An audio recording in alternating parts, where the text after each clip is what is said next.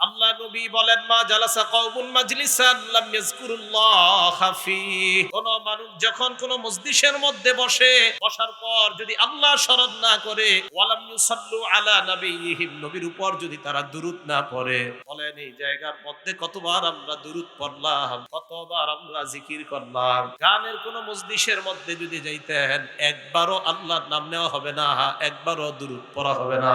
নবীজি বলেন, কোন মজলিসের মধ্যে যখন আল্লাহর জিকির করা না হয়, নবীর উপর দুরূদ পড়া না হয়, ইল্লা কানা আলাইহিম কিরাতুম মিনাল্লাহ, ওই বান্দাদের জন্য আল্লাহর পক্ষ থেকে আফসোস আর গজব ছাড়া কিছুই থাকবে না। নাউজুবিল্লাহ। ইনশাআ আযাবা ওয়া ইনশাআ গফারা, আল্লাহ চাইলে তাদেরকে আযাব দিবে, আল্লাহ চাইলে তাদেরকে মাফ করবে।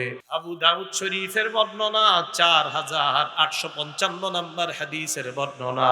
عن أبي هريرة رضي الله تعالى عنه قال قال رسول الله صلى الله عليه وسلم, আল্লাহ নবী বলেন, মা মিন কওমিন ইয়াকুমুনা মিন মাজলিসিন লা ইয়াযকুরুনাল্লাহ, কোন সম্প্রদায় কোন মজলিস ত্যাগ করে আর ওই মজলিসের মধ্যে যদি আল্লাহর নাম নেওয়া না হয়, একটা মজলিসে বসে আছে, এই মজলিসের মধ্যে যদি আল্লাহর নাম নেওয়া না হয়, নবীজি বলেন, ইল্লা কামু আন মিসলি জিফাতি হিমার, ওই মজলিসের মধ্যে মরা গাধা খেয়ে তারা উঠলো।